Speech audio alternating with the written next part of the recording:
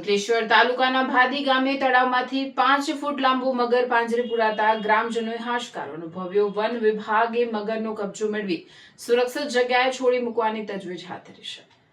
અંકલેશ્વર તાલુકાના ભાદી ગામમાં તળાવમાં મગર દેખાતા છેલ્લા કેટલાક દિવસોથી ગ્રામજનોમાં ભયનો માહોલ સર્જાયો હતો।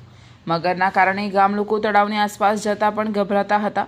ઘટનાની જાણ વન વિભાગને કરવામાં આવતા તાત્કાલિક તળાવ પાસે પાંજરું ગોઠવવામાં આવ્યું હતું। સતત 7 દિવસ સુધી વન વિભાગને નજર રાખી કામગીરી હાથ ધરી હતી। આખરે 7મા દિવસે અંદાજે 5 ફૂટ લાંબુ મગર પાંજરે પુરાતા સમગ્ર ગામમાં રાહતની લાગણી જોવા મળી હતી। વન વિભાગે મગરનો કબજો મેળવી જરૂરી કાર્યવાહી શરૂ કરી છે। મગરને સુરક્ષિત કુદરતી નિવાસ સ્થાને છોડવાની તજવીજ હાથ ધરવામાં આવી છે।